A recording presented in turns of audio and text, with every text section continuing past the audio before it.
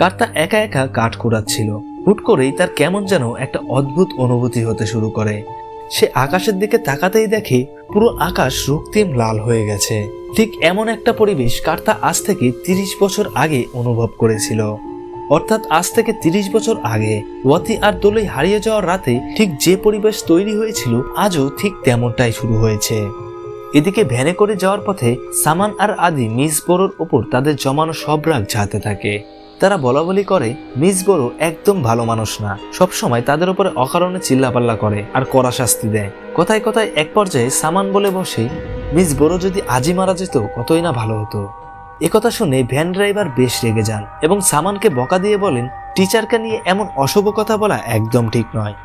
ঠিক এই মুহূর্তে দৃশ্য কেটে আমাদের দেখানো হয় মিস বোরোর বাড়ি। তিনি তখন ঘরে একা ছিলেন। হঠাৎ করেই তার বাড়িতে অশুভ সব কাণ্ড কারখানা শুরু হয়ে যায়। কোনো বাতাস ছাড়াই ঘরের দরজাটা বারবার নিজে থেকেই খুলে যেতে থাকে। পরিস্থিতি থেকে ভয় পেয়ে মিস বোরো দরজাটা লক করে দেন। ঠিক তখনই তার পেছনে এক ভয়ানক জিনের ছায়া স্পষ্ট হয়ে ওঠে। শয়তান জিনটি তার শরীরে ভর করে তাকে ভেতর থেকে মেরে ফেলে, যার মানে সামানের ইচ্ছাটাই এখানে পূরণ হয়ে যায়। ওদিকে ভ্যান ড্রাইভার যখন মিস বোরোর এই হঠাৎ মৃত্যুর খবর পায়, সে তড়িঘড়ি করে ওদের নিয়ে গ্রামে ফিরে আসে।